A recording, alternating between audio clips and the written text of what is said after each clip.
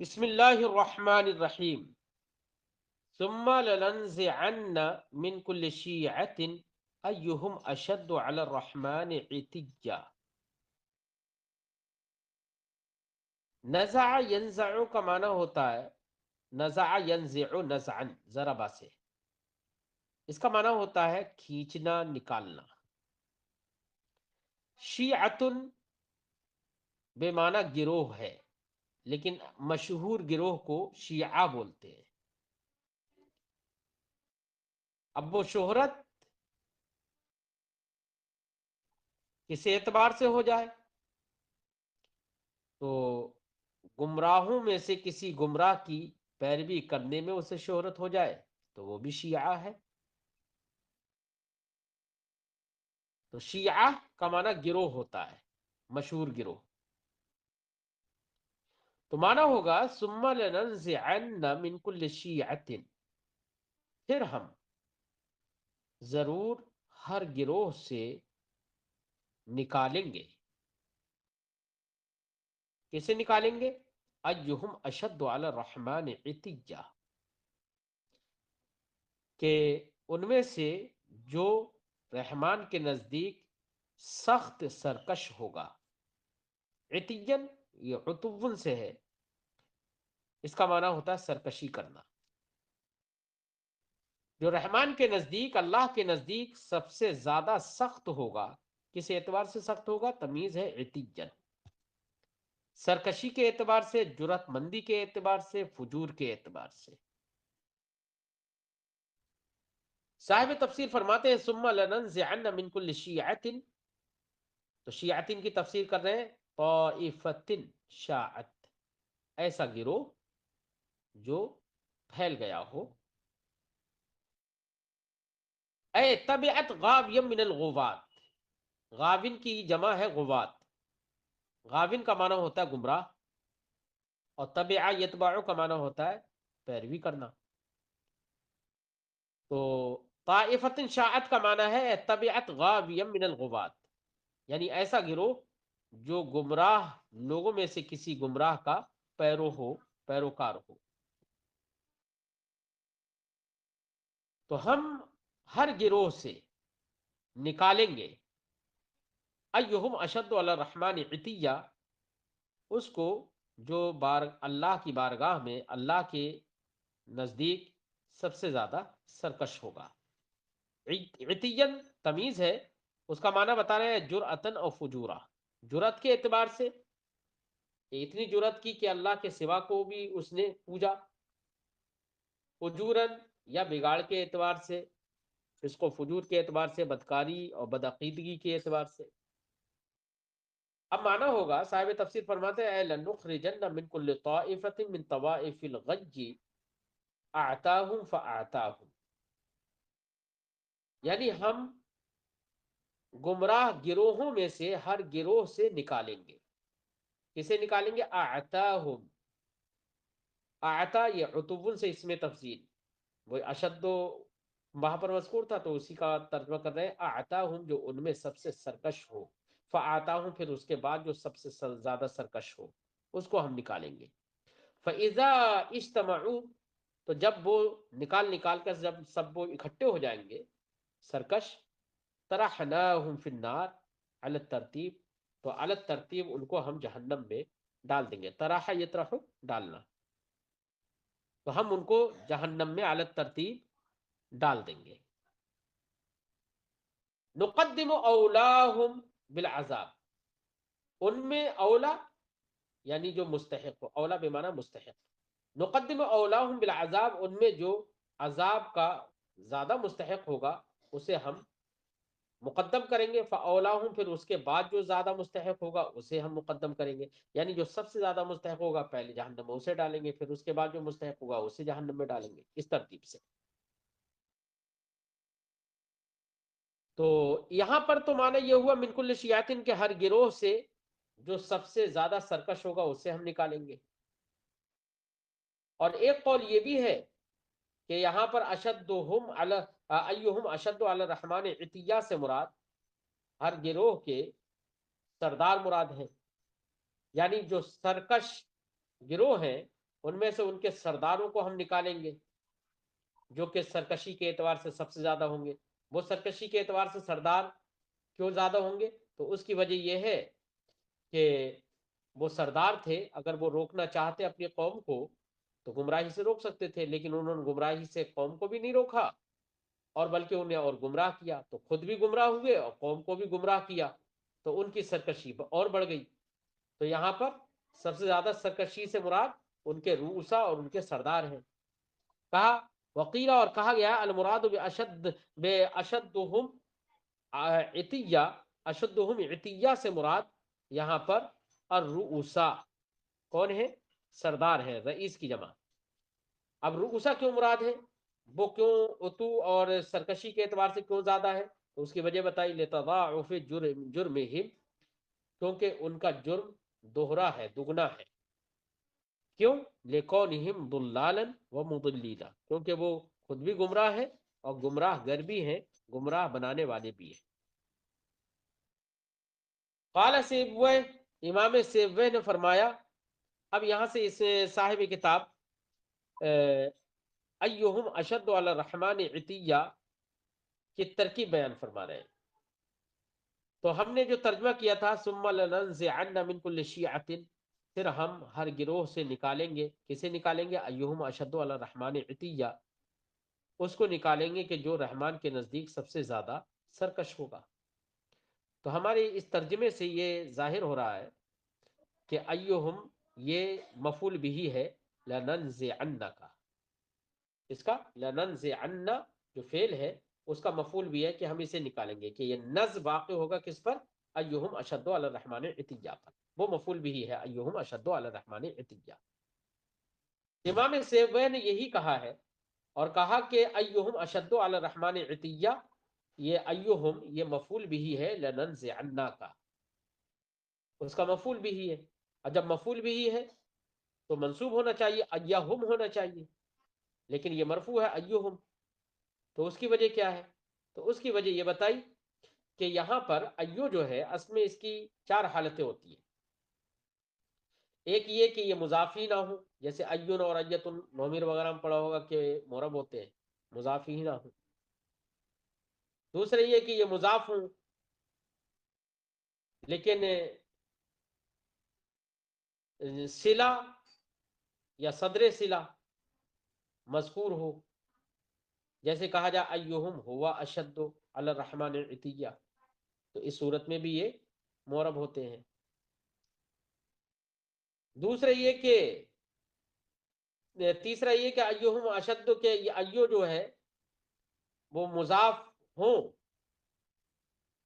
اور صدر صلہ یا صلہ اس کا محذوف ہو، تو اس صورت میں یہ مبنی ہوتا ہے. اور اصل مطلب یہاں پر اصل عبارت یہ ہے کہ ایہم ہوا اشد یعنی صدر صلہ محذوف ہے. جب صدر صلہ محذوف ہو تو ایو مبنی ہوتا ہے، مبنی ہو گیا. تو امام سیبوی نے یہ کہا کہ یہ ایہم چونکہ یہاں پر یہ مبنی ہے محلن، یہ منصوب ہوگا، لہذا لننزعن کا یہ محلن منصوب ہونے کی وجہ سے، مفعول بھی ہونے کی وجہ سے یہ محلن منصوب ہے، اگرچہ مبنی ہے، مبنی برزم ہو گیا ہے یہ. اب مبنی کیوں ہو گیا یہ؟ تو اس کی وجہ کیا ہے؟ تو اس کی وجہ بتائی مبنی اس لیے ہو گیا ہے کہ جیسے قبل اور بعد لفظ ہوتے ہیں ان کے بارے میں آپ نے پڑھا ہے کہ قبل اور بعد جب ان کا مضاف الیہ محذوف منوی ہو تو اب ایسی صورت میں یہ مبنی ہو جاتے ہیں ضم پر. کیوں مبنی ہو جاتے ہیں؟ کیونکہ مضاف الیہ محذوف ہو جاتا ہے، اور چونکہ مضاف الیہ یہ مضاف کے لیے بیان بھی ہوتا ہے، موضح ہوتا ہے. جب مضاف الیہ کا حذف مضاف میں بنا کا سبب بن جاتا ہے، بالکل اسی طریقے سے اس میں موصول کا جو صلہ ہوتا ہے یا صدر صلہ ہوتا ہے وہ اس کے لیے موضح ہوتا ہے، اس میں موصول کو واضح کرتا ہے، بیان کرتا ہے وہ. تو جس طریقے سے مضاف الیہ مضاف کے لیے موضح اور اس مخصص ہوتا ہے تو اس کے حذف سے وہاں پر مضاف مبنی ہو گیا، ایسے یہاں پر صلہ یہ موصول کا موزے ہوتا ہے اور اس کو واضح کرنے والا ہوتا ہے، اس کو بیان کرنے والا ہوتا ہے، تو اب اس کو اگر حذف کر دیا جائے یعنی صلہ یا صدر صلہ کو، تو اس کا حذف بھی اسم موصول کی مبنی ہونے کو واجب کرے گا. تو اصل مبنی اصل سے مشابہت اس صورت میں ہو جائے گی اسے، تو مشابہت کی بنا پر یہاں پر یہ مبنی ہو جائے گا. لہذا امام سیبوی نے کہا کہ ایہم یہ مبنی ہونے کی وجہ سے اس پر ضم ہے، ورنہ تو یہ محلن منصوب ہے، اور لننزعن کا یہ مفعول بھی ہے. ایک قول یہ ہے، اور دوسرا قول یہ ہے کہ ایہم اشدو میں جو ایہم ہے یہ مبتدا ہے، اور اشدو اس کی خبر ہے، مبتدا خبر ہے یہ، ٹھیک ہے. اور مبتدا خبر ہے تو ان کا مفعول بھی محذوف ہے، لننزعن کا مفعول بھی محذوف ہے. اصل عبارت ہوگی ثم لننزعن من كل شیعة الذین یقال فیہم ایہم اشد علی الرحمن عتیہ، یہ اصل عبارت ہوگی. تو گویا کہ لننزعن کا مفعول بھی الذین یقال فیہم یہ محذوف ہے، لہذا ایہم اشد یہ مفعول بھی نہیں ہے، بلکہ ایہم یہ مرفوع ہے مبتدا ہونے کی بنا پر، اور اشد خبر ہونے کی بنا پر مرفوع ہے. ایک قول یہ ہے، امام خلیل نے یہی کہا. تو اس قول کی بنا پر یہ ہے کہ مفعول بھی لننزعن کا مفعول بھی محذوف ہو گیا. اور تیسرا قول اس میں یہ ہے کہ لننزعن کا مفعول بھی نہ محذوف ہے نہ ایہم اشدو اس کا مفعول بھی ہے، بلکہ من کل شیعۃ جو ہے یہی مفعول بھی ہے لننزعن کا. اور معنی ہوگا کہ ہم ہر گروہ کو نکالیں گے.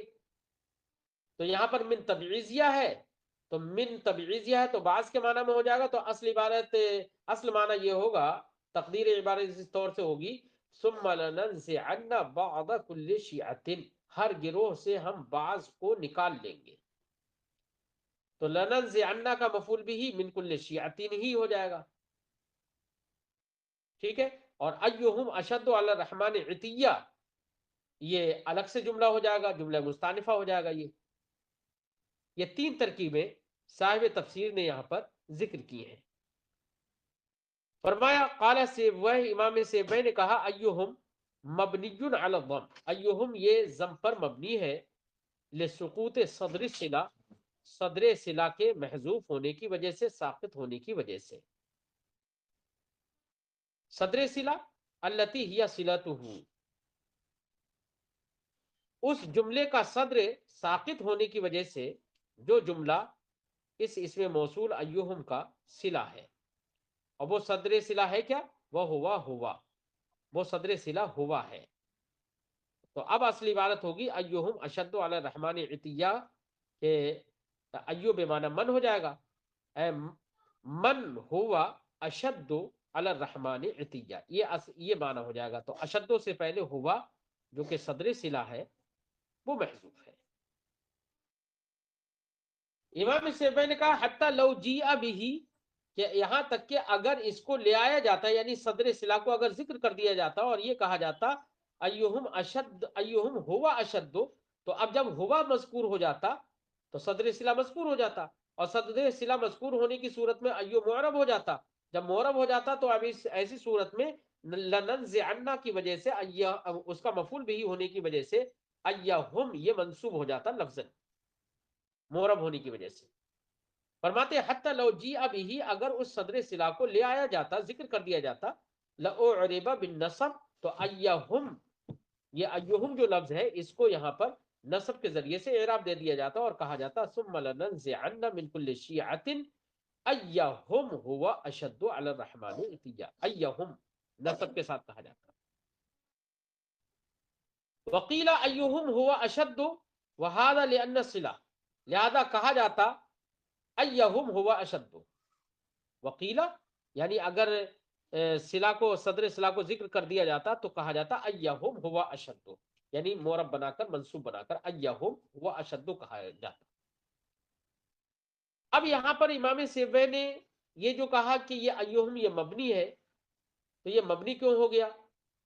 محلا منصوب ہے، لفظ مبنی ہے، مبنی برزم ہے، تو مبنی کیسے ہو گیا؟ تو اس کی وجہ بتا رہے ہیں، فرماتے وہذا، وہ اس وجہ سے، لأن الصلة توضح الموصولہ، وہ اس وجہ سے کہ صلہ موصول کی وضاحت کرتا ہے، وتبینہ، اور اس کو واضح کرتا ہے، کما ان المضاف الیہ، جیسے کہ مضاف الیہ یوضح المضاف، مضاف کی وضاحت کرتا ہے، ویخصصہ، اور مضاف کو خاص کر دیتا ہے، فکما ان حذف المضاف الیہ، جیسے کہ، تو جیسے مضاف الیہ کا حذف فی من قبل، من قبلوں میں اور من بعدوں میں، یوجب بناء المضاف، مضاف الیہ کے حذف، مضاف الیہ کا حذف مضاف کے بنا کو، مضاف کے مبنی ہونے کو واجب کر دیتا ہے، وجب ان یکون حذف الصلہ، تو اسی طرح سے واجب ہے کہ صلہ کا حذف، یہ بھی صلہ کا حذف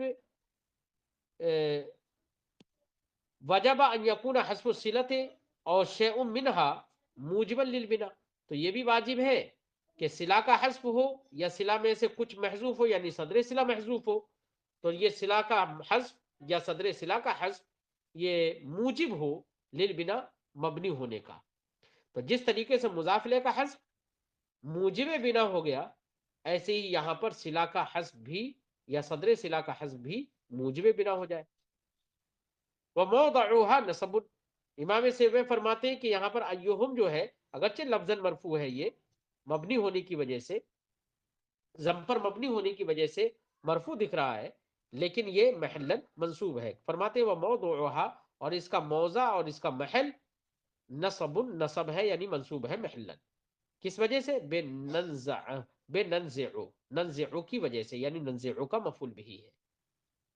وقال الخلیل، اور امام خلیل نے کہا ہی معربۃ، کہ یہ معرب ہے، کیا؟ ایہم، یہ معرب ہے، تو اب یہاں پر رفع کیوں آیا؟ فرماتے وہو مبتدا، کہ ایہم اشد، ایہم جو ہے یہ مبتدا ہے، وہ اشد خبرہ، اور اشد اس کی خبر ہے، وہو رفع علی الحکایہ، اور یہ مرفوع ہے حکایت کی بنا پر، کہ تقدیر ہو، اب حکایت کی بنا پر مرفوع کیا ہے؟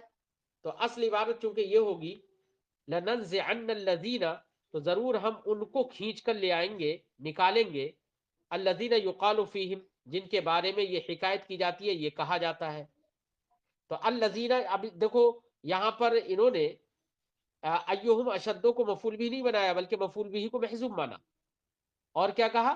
لننزعن الذین یقال فیہم، ہم ان کو کھینچیں گے جن کے بارے میں یہ کہا جاتا ہے، جن کے بارے میں یہ بتایا جاتا ہے، حکایت کی جاتی ہے، کیا؟ ایہم اشد علی الرحمن عتیہ، تو ایہم اشد علی الرحمن عتیہ جن کے بارے میں کہا جاتا ہے، تو یہ حکایت ہو گئی، اس کی مقولہ بن گیا قول کا، ٹھیک ہے، تو ایہم یہ حکایت کے طور پر مرفوع ہے، یعنی یہ مبتدا بن رہا ہے ایہم، اور اشد علی الرحمن عتیہ یہ اس کی خبر بن رہا ہے، تو یہاں پر امام خلیل نے یہ کہا کہ یہ مرفوع ہے، تو ان کے نزدیک یہ معرب ہے۔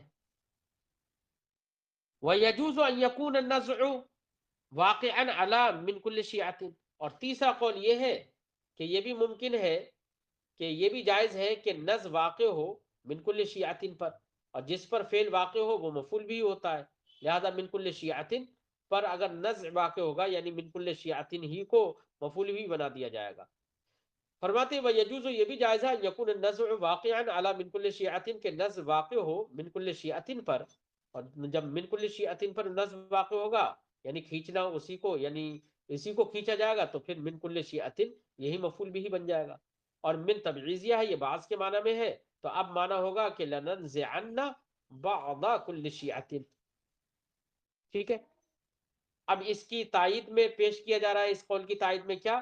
کہ من کل شیعتن یہی مفعول بھی بن جائے، اس کی تائید اللہ کے اس فرمان سے ہوتی ہے کہ اللہ نے فرمایا وَوَهَبْنَا لَهُم مِّن رَحْمَتِنَا، اور ہم نے ان کو اپنی رحمت عطا کی، تو یہاں پر من رحمتنا ہے، لیکن یہ ترکیب میں من رحمتنا وہبنا کا مفعول بھی ہے، ایسے یہاں پر من کل شیعتن یہ مفعول بھی ہو، اور معنی ہو اے لننزعن بعض کل شیعتن، ہر گروہ کے بعض کو ہم نکالیں گے، فکأن، تو اب ہر گروہ کے تو اب یہاں پر تک معنی یہ ہوا لننزعن من کل شیعۃ، یعنی ہر گروہ کے بعض کو، یعنی کچھ کو ہم نکالیں گے. اب کچھ کون وہ کچھ؟ تو اب یہاں پر فوراً ایک سوال پیدا ہو جائے گا، کیا؟ فکأن قائلا قال، تو گویا کہ اب یہاں پر کوئی کہنے والے نے کہا، من ہم، جن کو نکالے گا اللہ تعالیٰ وہ کون ہے؟ یہ سوال پیدا ہو جائے گا فوراً. ٹھیک ہے. فقیلا، تو جواب میں آگے کہا گیا کیا؟ ایہم اشد علی الرحمن عتیہ، یہ جواب میں کہہ دیا گیا. تو اب ایہم اشد علی الرحمن عتیہ یہ جملہ مستانفہ ہو جائے گا، ایک سوال مقدر کا جواب ہو جائے گا. اب یہاں پر علی الرحمن عتیہ میں جو علی ہے، فرماتے ہیں کہ وہ علی یتعلق بافعل، علی یہ افعال یعنی اس میں تفضیل جو اشد ہے اس سے متعلق ہے. جب اس سے متعلق ہے تو معنی ہوا اشد علی الرحمن، جو اللہ کے بارگاہ میں، اللہ کے نزدیک سب سے زیادہ سخت ہے، یہ معنی ہوگا. اور کس کے اعتبار سے سخت ہے؟ عتیہ، سرکشی کے اعتبار سے. اب سرکشی یہاں پر عتین یہ تمیز نسبت ہے، اور تمیز نسبت ہی اصل میں مقصود ہوتی ہے، تمیز ہی مقصود ہوتی ہے. تو یہ بتانے کے لیے کہ تمیز ہی مقصود ہوتی ہے، اس کے لیے صاحب تفسیر نے فرمایا کہ اے عتوہم اشد علی الرحمن، یعنی ان کی سرکشی رحمان کے نزدیک زیادہ سخت ہے. تو عتوہم کو مرفوع بنا دیا، یعنی مبتدا بنا دیا انہوں نے، یہ بتانے کے لیے کہ تمیز جو ہے وہی مقصود ہوتی ہے. تو یہاں پر مقصود جو ہے ان کی، یہاں پر ان کی سرکشی ہی مقصود ہے، اس لیے یہ تفسیر کر دی اور کہا کہ اے عتوہم اشد علی الرحمن. تو جو مقصود تمیز ہی جب مقصود ہوتی ہے تو گویا کہ جیسے اس کو ایک مثال سے سمجھیے، ہم نے کہا طاب زید النفس، زید نفس کے اعتبار سے اچھا ہے. تو اصل مقصد یہاں پر زید کے نفس ہی کو بتانا مقصد ہے. تو اب ہم یہ بھی کہہ سکتے ہیں کہ جب وہی مقصود ہے تو ہم اسی کو فائل بنا سکتے ہیں اور کہہ سکتے ہیں چونکہ تابع فعل ہے اس لیے اسی کو ہم فائل بنا سکتے ہیں اور کہہ سکتے ہیں تابع نفس و زید، زید کا نفس اچھا ہے. کیونکہ مقصود وہ ہے تو ہم نے اس کو فائل بنا دیا. اور یہاں پر چونکہ مبتدا خبر ہے تو چونکہ مقصود یہاں پر اعتین تمیز ہے اس لیے اسی کو ہم نے مبتدا بنا دیا اور کہہ دیا کیا؟ عتوہم اشد علی الرحمن، ان کی سرکشی رحمان کے نزدیک زیادہ سخت ہے. تو یہ تین ترکیبیں ثم لننزعن من کل شیعۃ ایہم اشد علی الرحمن عتیہ کی صاحب تفسیر نے ذکر کر دی.